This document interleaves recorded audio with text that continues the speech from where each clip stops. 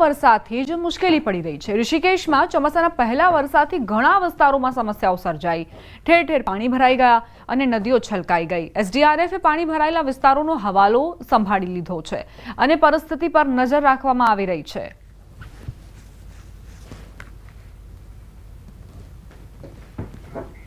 શિમલાના મહેલીમાં ભૂસ્ખલન થયું। ભૂસ્ખલન થતા મસમોટો ખાડો પડ્યો હોય તેવું નજરે પડ્યું। વહેલી સવારે ગટરની ટાંકી તૂટી પડી હતી।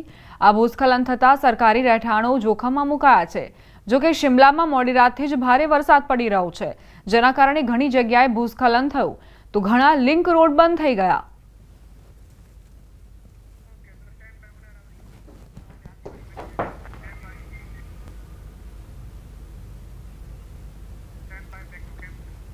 સમાચારોમાં આગળ વધીએ। મહત્વપૂર્ણ સમાચાર। બાંધેલા હાથી સાથે અમાનુષી અત્યાચારનો એક વિડીયો હાલ સોશિયલ મીડિયામાં વાયરલ થયો છે। વિડીયોમાં દેખાય છે કે હાથીનો એક પગ જાળી સાથે દોરીથી બાંધેલો છે અને મહાવત જેવો દેખાતો એક વ્યક્તિ લાકડીથી હાથીને બેરહેમીપૂર્વક માર મારી રહ્યો છે। સાથે એક અન્ય વ્યક્તિ પણ હાથી પાસે દેખાય છે। બાંધેલા હાથી સાથે અમાનુષી અત્યાચારનો વિડીયો સામે આવતા પ્રાણી પ્રેમીઓમાં ભારે રોષ જોવા મળી રહ્યો છે। ગજરાત સાથે અમાનુષી અત્યાચારના આ વિડીયોને લઈને લોકોમાં નારાજગી જોવા મળી રહી છે। સમાચાર અમદાવાદથી। પાણીની ટાંકી તૂટતા અફરાતફરી મચી। આંબાવાડીની આઝાદ સોસાયટીની ઘટના। 2000 લીટરની ટાંકી તૂટી। ફાયર વિભાગે 10 લોકોનું રેસ્ક્યુ કર્યું। ટાંકી તૂટતા સ્લેબમાં મોટું નુકસાન થયું હોવાની જાણકારી છે। સંવાદદાતા પ્રણવ જોડાઈ ગયા છે વધુ જાણકારી સાથે। પ્રણવ, પાણીની ટાંકી તૂટતા અફરાતફરી મચી છે। ફરી એક વખત સંપર્ક સાધવાનો પ્રયત્ન કરીશું પ્રણવને। અત્યારે ટેકનિકલ ખામી સર્જાઈ છે। પાણીની ટાંકી તૂટતા અફરાતફરી મચી હોવાના આ મહત્વના સમાચાર। આંબાવાડીની આઝાદ સોસાયટીની આ ઘટના। 2000 લીટરની ટાંકી તૂટી છે, જેના કારણે ફાયર વિભાગને તાત્કાલિક જાણ કરવામાં આવી। 10 લોકોનું ફાયર વિભાગે રેસ્ક્યુ કર્યું છે। ટાંકી તૂટતા જ સ્લેબમાં નુકસાન થયું હોવાની જાણકારી છે। તો ચોમાસાની સિઝન દરમિયાન દુર્ઘટનાઓ વધુ પ્રમાણમાં જોવા મળતી હોય છે। આ ટાંકી આખરે કયા કારણોસર તૂટી તે એક સવાલ છે।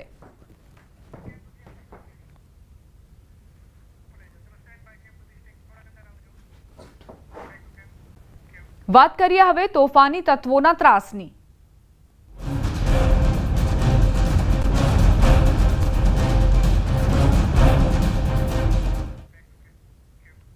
અસામાજિક તત્વોના ત્રાસના વિરોધમાં રાજકોટ ભાવનગર હાઈવે પર આવેલું સરદાર ગામ જેણે આજે બંધ પાડ્યો છે। અસામાજિક તત્વોની દાદાગીરીને લઈને સરદાર ગામમાં બંધનું એલાન અપાયું છે। ગામના વેપારી પર આટકોટના કુખ્યાત શખ્સ અને તેના પુત્રએ હુમલો કર્યો હતો। 2 દિવસ પહેલા મયુર વસોયા પર હિચકારો હુમલો કરવામાં આવ્યો હતો। પોલીસે હજુ સુધી આરોપીની ધરપકડ ન કરતા ગામના આગેવાનોએ ગામને બંધ રાખવાનો નિર્ણય લીધો। સરદાર ગ્રામ પંચાયતે જાહેર કર્યો પરિપત્ર। ગ્રામ પંચાયત ખાતે ગ્રામજનો અને વેપારીઓ ભેગા થયા, જ્યાં અસામાજિક તત્વોના ત્રાસ સામે ગ્રામજનોમાં ભારે આક્રોશ જોવા મળ્યો। આરોપીઓને જલ્દીથી પકડી પાડવા પોલીસને રજૂઆત કરશે।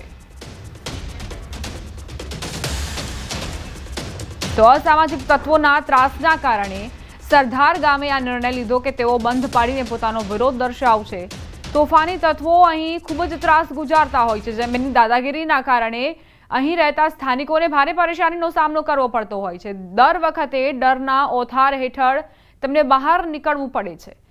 ઘરની બહાર નીકળતા પહેલા પણ તેમને એ ભય રહે છે કે કોઈ અસામાજિક તત્વ ન આવી જાય અને તેમને હેરાન પરેશાન ન કરે। અલગ અલગ 3 તસવીરો તમને દર્શાવી રહ્યા છીએ કઈ રીતે અસામાજિક તત્વોએ આતંક મચાવ્યો હતો સરદાર ગામમાં। તે બાદ સ્થાનિકોનો આક્રોશ ચરમસીમાએ છે। તેમણે બંધ પાડ્યું છે। આ રીતે તેઓ ભેગા થયા છે અને પોતાની રજૂઆત કરી રહ્યા છે। શાંતિપૂર્ણ રીતે પોતાનો વિરોધ દર્શાવી રહ્યા છે।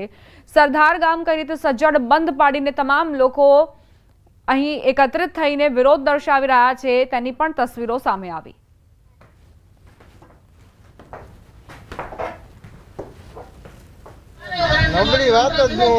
રાજકોટ ભાવનગર હાઈવે ઉપર આવેલું સરદાર ગામ છે તે આજે સજ્જડ બંધ છે।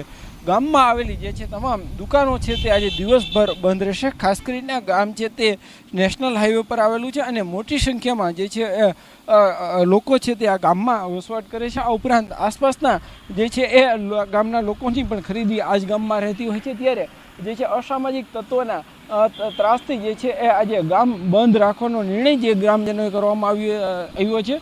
ખાસ કરીને સિકંદર સંધિ નામનો જે શખ્સ છે તેમના દ્વારા જે વેપારી ઉપર જે હુમલો કરવામાં આવ્યો હતો તે સમગ્ર ઘટનાના સીસીટીવી ફૂટેજ પણ સામે આવ્યા છે. ત્યારે જે છે સમગ્ર ઘટનાને લઈને જે છે એ ગ્રામજનોમાં એક આક્રોશ જોવા મળી રહ્યો છે. આરોપી છે તેમની તાત્કાલિક ધરપકડ કરવામાં આવે, અન્ય જે આરોપી હુમલામાં સામેલ હતા તેમની સામે પણ પોલીસ કડકમાં કડક કાર્યવાહી કરવામાં આવે તેવી માંગ સાથે આજે જે સરદાર ગામ છે તે સજ્જડ બંધ રાખવામાં આવ્યું છે.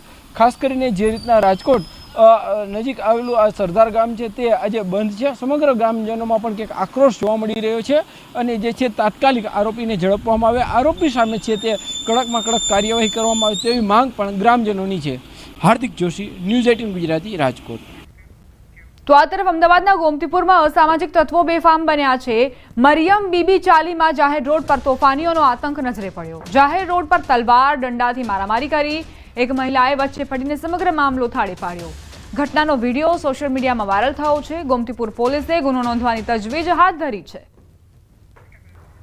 ગોમતીપુરમાં અસામાજિક તત્વો કઈ હદે બેફામ બન્યા છે, આખરે ક્યારે તેમની પર લગામ લગાવવામાં આવશે તે એક મોટો સવાલ. આ સીસીટીવી ફૂટેજ જુઓ. જાહેર રોડ પર તલવાર અને દંડાથી મારામારી થઈ રહી છે. આ તોફાનીઓને કોઈ ડર નથી કે તેમને પોલીસ લઈ જશે.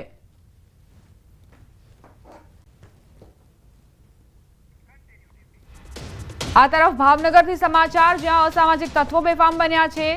આડોડી આવાસમાં મકાનમાં તોડફોડનો આક્ષેપ. તોફાની તત્વોએ ઘરમાં આગ ચંપી તોડફોડ કરી. તિલકનગર આડોડી આવાસ વિસ્તારમાં મકાનમાં આગ લગાડી તોડફોડ કરી શખ્સો નાસી છૂટ્યા હતા. પરિવારના સભ્યો ગઈકાલે રથયાત્રા જોવા ગયા ત્યારે કેટલાક શખ્સો ઘરમાં ઘૂસ્યા હતા અને ઘરમાં રાખેલ ગોદડા સળગાવી અને એક મહિલા સહિત બેને લોખંડની પાઇપ મારી નાસી છૂટ્યાની રજૂઆત પોલીસને કરાઈ હતી. જે બાદ પોલીસે ઘટના સ્થળે પહોંચીને વધુ તપાસ હાથ ધરી હતી.